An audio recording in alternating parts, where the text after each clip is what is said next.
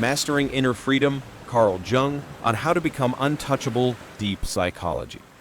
There is a kind of person who walks through the fire without burning, who enters the storm yet remains untouched by the wind. You've met them, or maybe you've only caught a glimpse.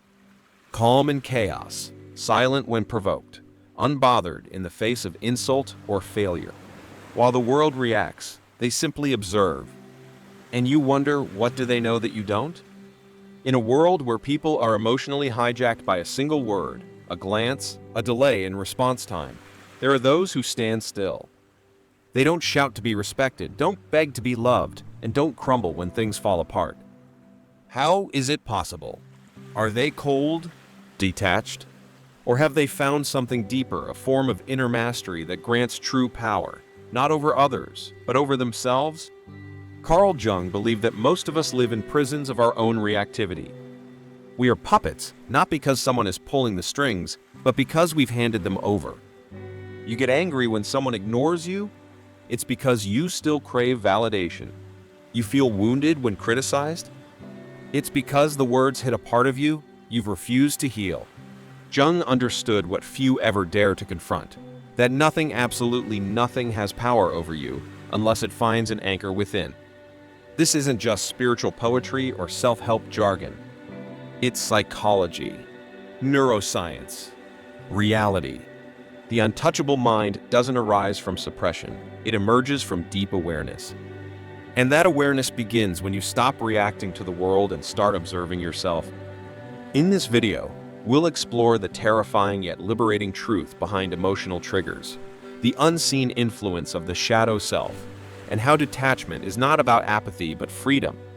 You'll discover why control is an illusion, why letting go is not weakness but sovereignty, and how you can train your mind to become calm, clear, and unshakable. Because the real battlefield is not out there in traffic, or in your inbox, or in a disappointing relationship. It's in here where perception is shaped, where emotion is born, where meaning is assigned. And if you can master that, then nobody and nothing will ever control you again. This isn't about being emotionless. It's about becoming sovereign. Jung didn't want us to escape the world, he wanted us to reclaim ourselves. So if you've ever felt at the mercy of others, if you've ever wondered why small things ruin your whole day, or why you give away your peace so easily, stay. Because what you're about to realize could shift the way you live for good. The storm outside may never stop, but you can become the sky that holds it all. And the question I'll ask you to carry through this journey is simple, but essential. Are you reacting, or are you aware? You're not reacting to the world, you're reacting to yourself. We often think we're responding to what's happening around us, the rude driver, the dismissive boss, the partner who didn't text back. But what if the truth is far more unsettling? What if, in every moment of anger, sadness, or insecurity, we're not actually reacting to them, but to something deep inside ourselves? Carl Jung once said that until you make the unconscious conscious, it will direct your life, and you will call it fate. Most people hear this and nod in agreement, without realizing how it explains every emotional storm they've ever experienced. When someone insults you and you lash out, is it really about their words, or is it about the part of you that believes what they said might be true?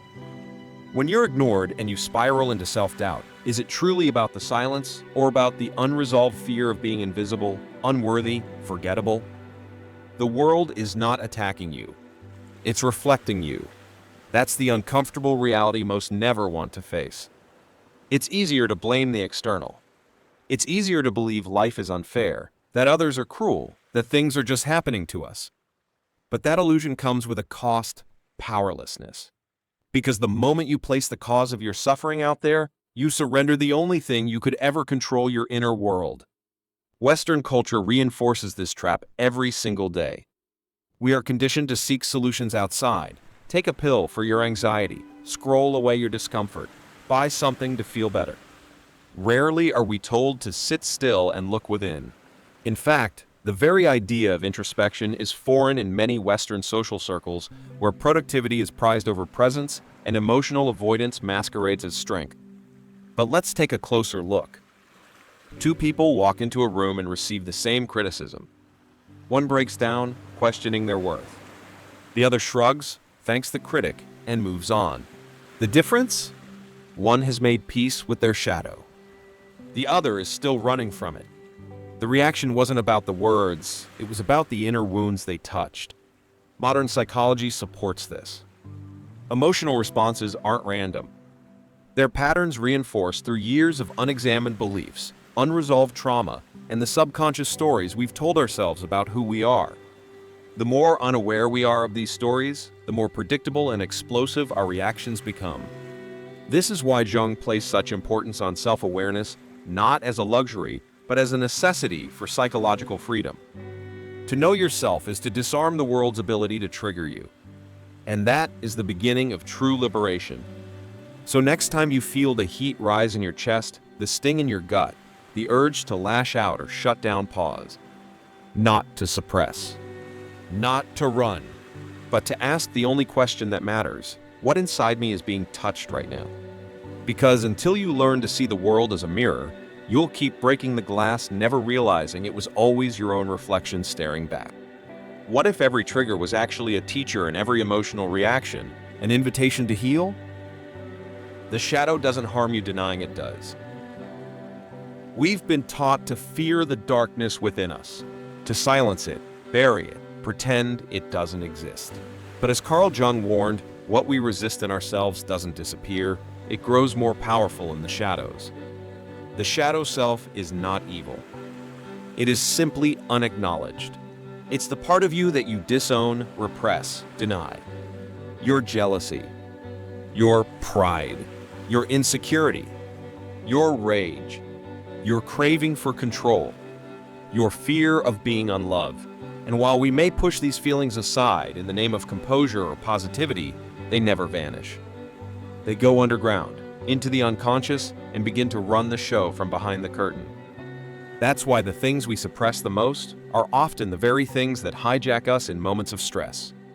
You say you're over your childhood wounds until someone raises their voice, and you shut down like a terrified child. You believe you're confident until one backhanded compliment sends you into a spiral of self-doubt.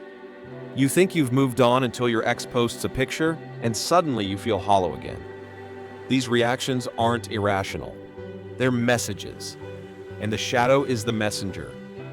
Jung's brilliance was in showing us that our most intense emotional responses are never random.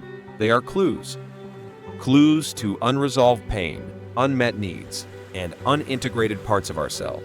But in Western culture, particularly in America, discomfort is treated like a disease. If you're sad, take something. If you're angry, go to the gym. If you're lonely, swipe right. We're taught to manage symptoms, not investigate causes. To fix the feeling, not understand the message. But healing doesn't happen by escaping. It happens by listening. The process is known as shadow work, a journey of self-inquiry, where we shine light into the parts of us we were taught to hide. It is not comfortable. It is not glamorous. But it is essential if we ever want to become whole. Because what you bury will eventually own you. You'll find yourself exploding at small things, needing constant reassurance, unable to trust, unable to let go. You'll blame your partner, your job, your life. But the truth? You're not at war with the world. You're at war with the parts of you refuse to see. And this internal conflict plays out as chaos in your relationships, in your decisions, in your very sense of identity. So how do you begin the work? You start by noticing your triggers not as things to avoid, but as sacred signals. You start by asking, what part of me is still unhealed? You begin not by judging the shadow, but by befriending it. Because only when you walk toward what you fear inside can you stop being controlled by it. The shadow isn't here to destroy you. It's here to complete you. So the next time something shakes you, ask yourself, what if this discomfort is not punishment, but an invitation to finally come home to yourself? No one makes you angry. It's the fear inside you that does. Anger is one of the most immediate emotions we feel when threatened. It flares up like fire, hot and consuming, often before we can even understand what ignited it. Someone rolls their eyes. You feel disrespected. A colleague talks over you in a meeting. You feel dismissed. Your partner forgets something important. You feel unseen. But here's the question Jung would ask: why do these things affect you so deeply? Why do they have the power to flip your entire emotional state within seconds? The uncomfortable truth is this: anger doesn't start with others. It starts with you. Not because you're weak, but because something inside you has been left unresolved, and it's looking for proof.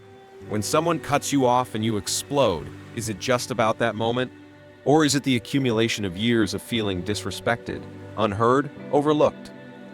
When a partner forgets your birthday, is it truly about the date, or about an old fear that you're not important enough to remember? Carl Jung understood that emotional reactions are rarely about the present. They're about the past, alive and unprocessed in the body, now being reawakened. Anger is not the first emotion. It's a defense. Beneath it lies something much more fragile: pain, fear, abandonment, shame. And that's why it's so powerful. It doesn't just come from the ego, it comes from the shadow, from the places we haven't dared to visit. In Western society, especially within American culture, anger is both glamorized and demonized. In men, it's often equated with strength: don't let them disrespect you. In women, it's vilified: don't be emotional. But in both cases, anger is misunderstood. It is neither strength nor weakness. It is a signal. And if you're not willing to decode that signal, it will control you. Modern neuroscience confirms what Jung sensed intuitively. Emotional reactions follow well-worn neurological pathways. The brain responds based on memory, not just reality. So if you've been hurt before by neglect, by betrayal, by criticism, your brain stores that pain. And when anything remotely similar occurs, it hits play on an old emotional recording. That's why you can feel like you're overreacting and yet be unable to stop. Because the pain you're feeling isn't just about now. It's everything before that's been left unresolved. But here's the good news. Just because those pathways are automatic doesn't mean they're permanent. Through conscious awareness, mindfulness, and emotional literacy, we can begin to create new responses, ones not born from fear, but from clarity. Jung's work teaches us that when we react with intense emotion, we're being offered a moment of insight. Instead of suppressing the anger or unleashing it blindly, we can pause and ask, what is this really about? That question changes everything. It turns emotion into awareness, reaction into wisdom. It invites us to stop blaming the trigger and start healing the wound. So the next time you feel yourself boiling over, don't ask, who made me feel this way? Ask, what within me is still asking to be seen? Because until you do, your anger isn't about them. It's about the parts of yourself you've yet to hold with compassion. The more you try to control others, the more they control you. At first, it feels natural. You want things to go your way. You want your partner to understand you, your coworkers to respect you, your plans to unfold without resistance. You want control not because you're a tyrant, but because somewhere deep inside, you've equated control with safety. If people act as you expect, then you don't get hurt. If situations go according to plan, then you don't feel anxious. But life, as Jung would remind us, does not care about your scripts. It isn't here to obey your expectations. And the more tightly you cling to control, the more power you give away. Because here's the paradox: no one tells you. The moment you need someone to behave a certain way in order for you to feel okay, you've already handed them control over your emotional state. And that is the quiet birth of your own imprisonment. In relationships, it shows up subtly. You expect constant reassurance, so you become hypersensitive to every pause, every unread message, every delay in affection. You think you're maintaining the connection, but really, you're being held hostage by your own unspoken demands. At work, you try to steer every outcome, avoid mistakes, predict every problem before it happens. You think you're being efficient, but you're slowly draining yourself in a desperate attempt to outpace uncertainty. The more control you try to exert, the more reactive you become. Why? Because control is rooted in fear. The fear of being misunderstood. The fear of rejection. The fear that if you don't manage everything, chaos will consume you. Jung saw this clearly. When we fear our own unconscious impulses, we project them onto the world. We try to suppress chaos outside because we haven't made peace with the chaos within. Western culture reinforces this illusion. In a society obsessed with productivity, planning, and perfection, losing control is seen as failure. We're taught to dominate life, schedule it, track it, optimize it. But nobody teaches us how to surrender, how to trust, how to stay centered even when nothing goes to plan. That's not weakness, it's mastery. And it's rare. Letting go doesn't mean giving up.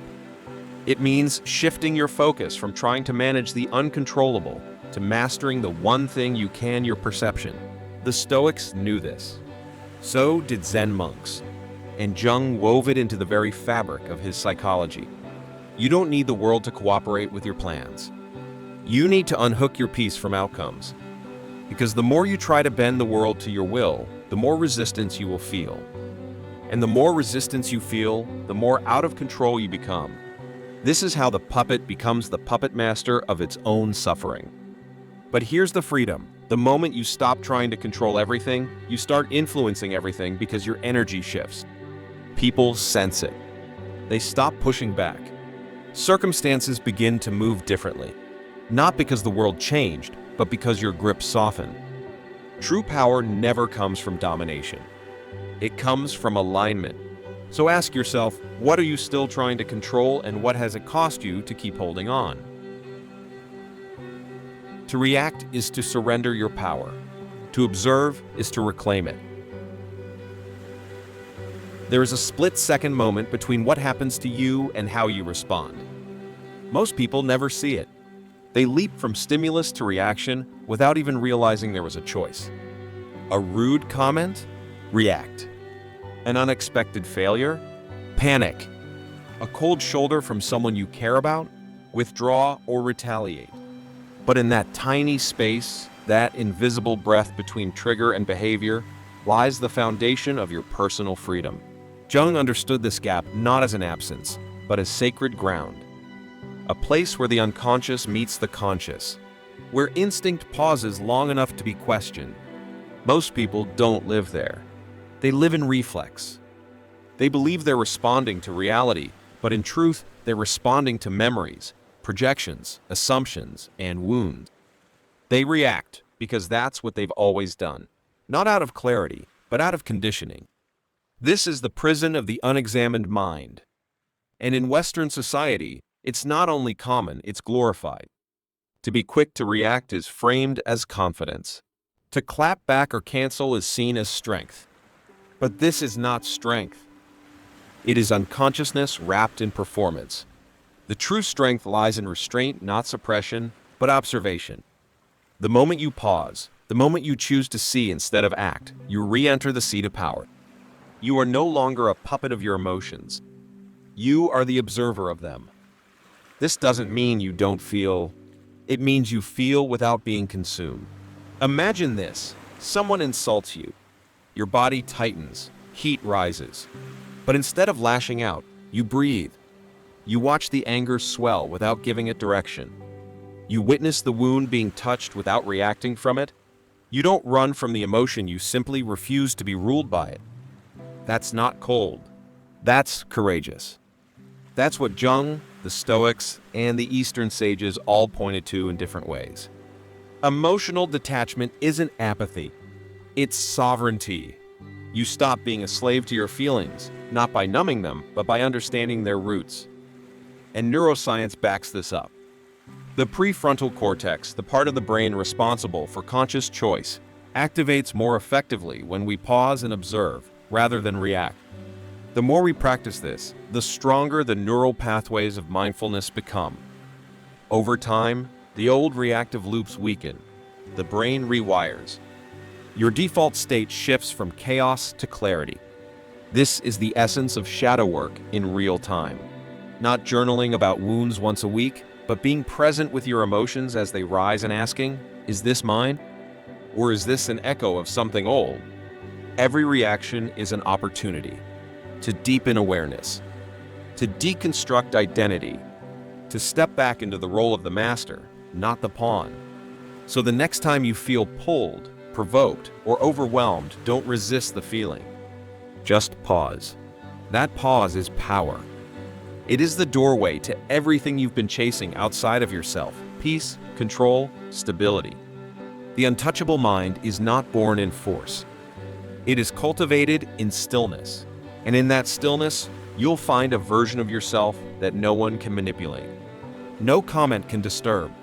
No chaos can shake. Who would you be if you mastered the pause? The world is not betraying you, it's reflecting you. There is a moment when everything you thought was happening to you suddenly reveals itself to be happening through you. A moment when blame dissolves, and in its place rises a humbling, even terrifying insight that the chaos outside is often a mirror of the confusion within. Carl Jung expressed this with piercing clarity. Everything that irritates us about others can lead us to an understanding of ourselves. This is not just a poetic idea, it is a psychological truth. The world doesn't wound us out of malice. It wounds us because we've left parts of ourselves unguarded, unconscious, and unhealed. When someone betrays you and the pain feels unbearable, ask yourself, is it the betrayal that hurts or the story beneath it? The story that you are not worthy of loyalty or love or consistency. When someone dismisses your opinion and you burn with rage, is it their disregard or your own hidden fear that maybe you don't matter, that your voice is small, that you are easy to overlook? In that sense, the world isn't your enemy. It's your greatest mirror. And most people will spend their entire lives throwing stones at the glass, furious at the reflection, never once thinking to change the face that stares back. In Western culture, this idea often meets resistance. After all, society encourages us to believe in external enemies, toxic people, bad energy, unfair systems. And while these concepts can hold truth, they often serve another function. They protect the ego. Because if the problem is out there, we never have to look in here. But Jung's work doesn't allow that escape. He invites us to consider that every trigger is a signpost, pointing inward, that the emotional charge we feel towards someone or something is never arbitrary, it's precision feedback from the psyche. Think about how differently people respond to the same situation. One person loses their job and spirals into despair. Another sees it as an opening to something greater. One sees rejection as proof of their unworthiness. Another sees it as redirection. The event is neutral. The meaning comes from within. And that meaning, Jung reminds us, is shaped by the unconscious. The stories we carry, the beliefs we never questioned, the wounds we pretend no longer ache. The more unaware we are of these inner patterns, the more reactive and disempowered we become. We see ghosts where there are none. We interpret silence as rejection. We see challenges as personal insults. But when we begin to understand the mirror principle, when we dare to ask, why is this experience in front of me? We start to reclaim the authorship of our lives. This doesn't mean excusing harm. It means elevating your response to it. It means recognizing that while you cannot control how the world behaves, you can decode what it's teaching you. And that shift changes everything. Suddenly, life is no longer an adversary, it's a curriculum. Every conflict becomes a lesson. Every discomfort, a flashlight. Every rejection, a revelation. So the next time someone hurts you, before you strike back or retreat, ask, what part of me did this wake up? What truth have I been avoiding? What pain have I been denying?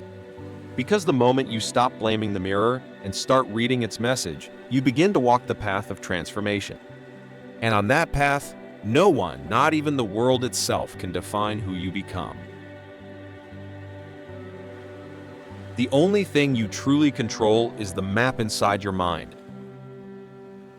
We spend so much of our lives trying to fix the terrain, changing jobs, changing partners, changing cities, thinking that if we adjust the landscape, we'll finally find peace.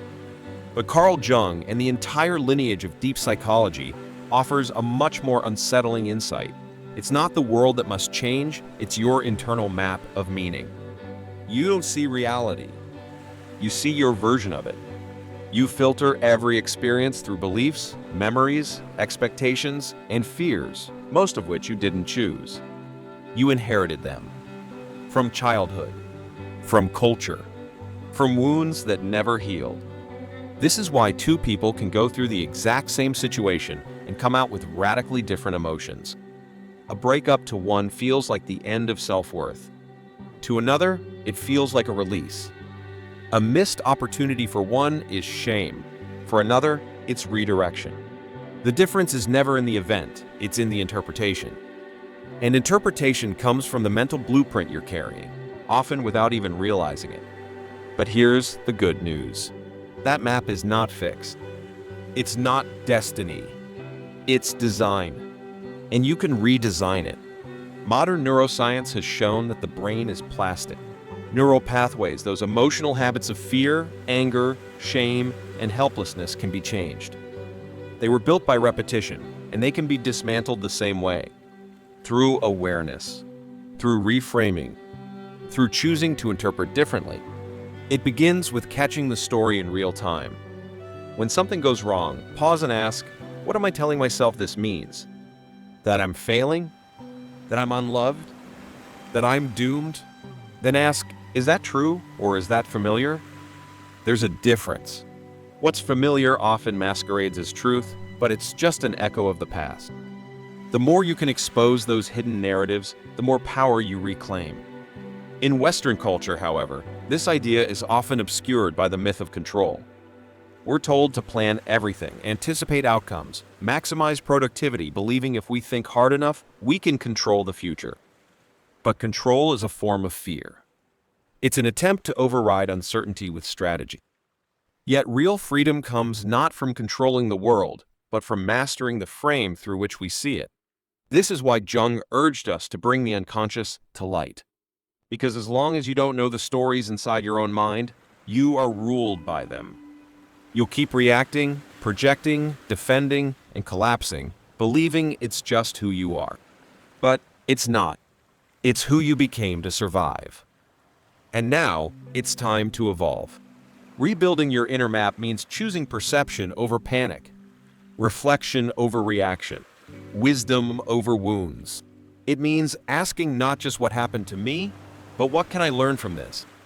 So the next time you feel triggered, defeated, or lost, pause and remember, you may not be able to control the terrain, but you can always rewrite the map. And sometimes, that's all it takes to find your way back to peace. What stories are you still living by, and what if they were never really yours? You are not the storm, you are the sky that holds it. Close your eyes for a moment and imagine this. A violent storm rages across a darkened field. Thunder cracks. Wind howls. Rain lashes against everything in its path. Trees bend. Chaos rules the earth below. But far above, in a vast expanse untouched by the noise, the sky remains calm. Unmoved. Watching. Holding. That sky is you. The storm is your emotion. But most people forget this. They mistake themselves for the chaos. They say, I am angry. I am broken. I am anxious. But these are not your identity. They are weather systems passing through the space of your awareness. Carl Jung knew this deeply. He did not teach people to suppress their emotions, nor to indulge them without question. He taught integration, observation, the art of becoming the conscious witness to all that stirs within.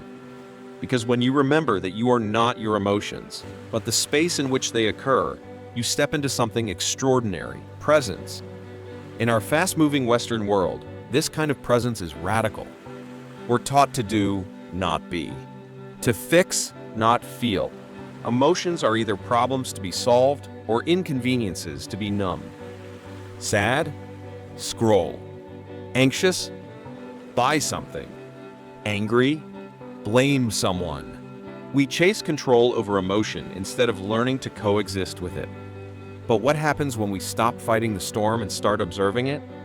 What happens when, instead of tightening our grip, we open? We realize the storm has no power of its own. It draws its strength from our resistance to it. Let go, and it begins to lose its hold. This is not passivity. This is power. Because stillness is not weakness. Stillness is containment. It is the ability to hold emotion without collapsing into it. To feel everything but act from clarity. To say, I am experiencing anger, instead of, I am angry. That slight shift in language is a seismic shift in consciousness. It gives you space. It gives you choice. And most importantly, it gives you freedom. Jung would say that when we disidentify with emotion, we are no longer enslaved by it. We become the alchemist of our inner world, not pushing away the darkness, but transmuting it, turning fear into understanding, rage into truth, sadness into depth.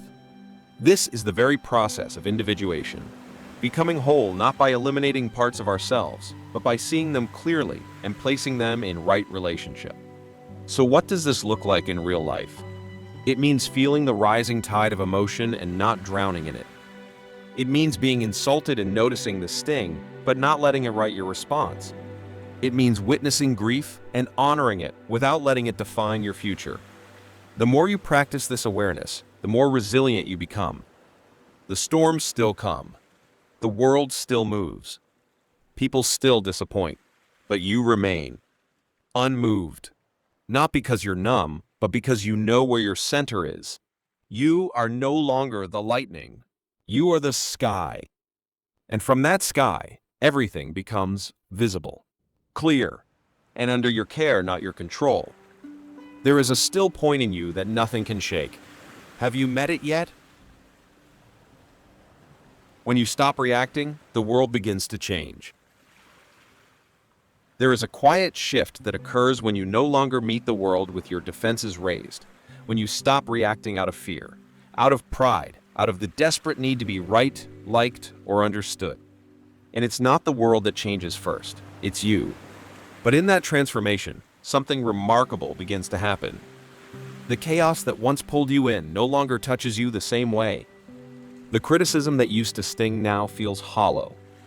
The attention you used to chase begins to chase you. Why? Because the energy you bring into every room has changed. Jung called this withdrawal of projection, the moment when you reclaim all the parts of yourself you had once flung onto others. The moment you stop seeing enemies and start seeing mirrors. The moment you stop being a puppet in the emotional theater of life and become the quiet director behind the curtain. People can feel it. When you are no longer easily triggered, others sense they cannot manipulate you. When you don't collapse into approval-seeking or over-explaining, others feel less entitled to your energy. Your stillness becomes a boundary, not a wall, but a force field. You become, in the deepest sense of the word, untouchable, not because you are invulnerable, but because you have learned to sit with your vulnerability without letting it control you. And here's the paradox Jung so often pointed toward: what you were trying to achieve through control validation. Respect, peace begins to arrive only when you stop trying to force it. You wanted people to understand you. Now, you understand yourself, and suddenly the world aligns. You used to chase outcomes. Now, you're rooted in presence, and outcomes begin to flow. It's not magic. It's not luck. It's energy. It's the law of internal gravity. The more self-contained you are, the more influence you silently exert. Western psychology now echoes this truth in new language. Emotional regulation leads to more favorable social dynamics. People trust those who are centered. They follow those who are calm under pressure. They're drawn to those who radiate groundedness, not anxiety. The world responds not to how loud you are, but to how deeply you've mastered your own nervous system. And that mastery starts the moment you stop reacting. Imagine walking into a room full of tension, and instead of absorbing it, you dissolve it simply by being still. Imagine facing criticism not with a retort, but with a gaze that says, "That's your story, not mine." Imagine being ghosted, insulted, rejected, and choosing peace over panic. Not because you don't care, but because you've realized your worth was never up for negotiation. This is not apathy. This is embodied awareness. And the impact is immediate, not just internally, but externally. Relationships shift. Decisions become clearer. Energy stops leaking. Suddenly, life feels less like a battlefield and more like a dialogue. The world begins to mirror back your new frequency. Not because everyone else evolved, but because you did. So ask yourself, what happens when the storm no longer defines your posture? When your presence becomes the calm center others orbit around, you may just find that what you were seeking in reaction was waiting for you in stillness all along. To be untouchable is not to be stronger, it is to be free. There is a final illusion that needs to fall before true freedom can rise. The belief that becoming untouchable means becoming tougher, harder, invincible. But Carl Jung knew better. He understood that real power is never about domination. It's not about suppressing pain or building thicker armor. It's about dissolving the need for armor altogether. It's about reaching the point where nothing can control you, not because you've hardened, but because you've healed. Not because you're above emotion, but because you're no longer enslaved by it. You become untouchable the moment you realize that your peace is not a product of circumstances, it's a product of consciousness. That your value doesn't depend on how others see you, but on how clearly you see yourself.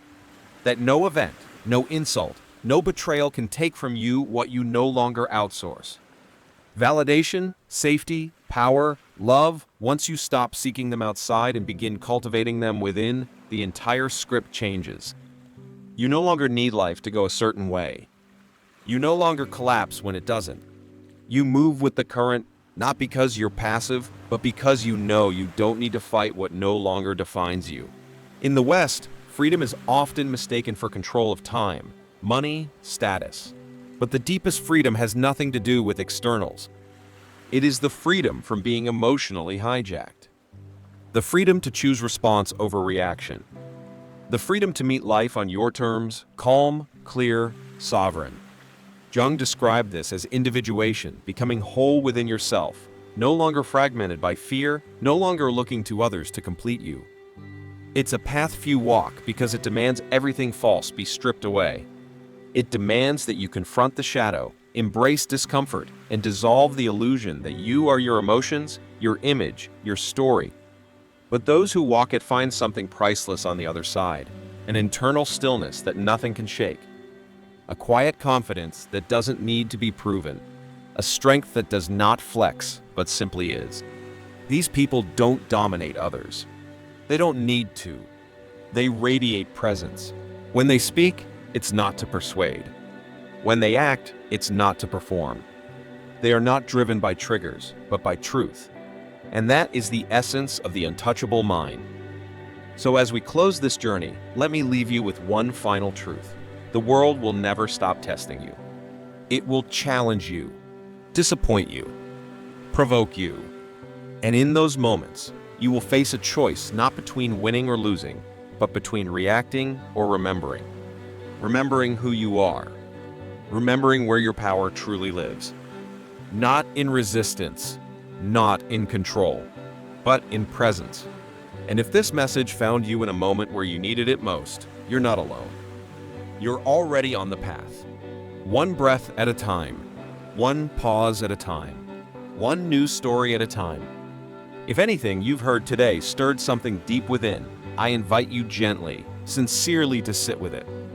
To ask what part of you is ready to let go of reaction and reclaim the stillness that's been yours all along. Because when you no longer need to control the world, nothing and no one can control you. That is not strength.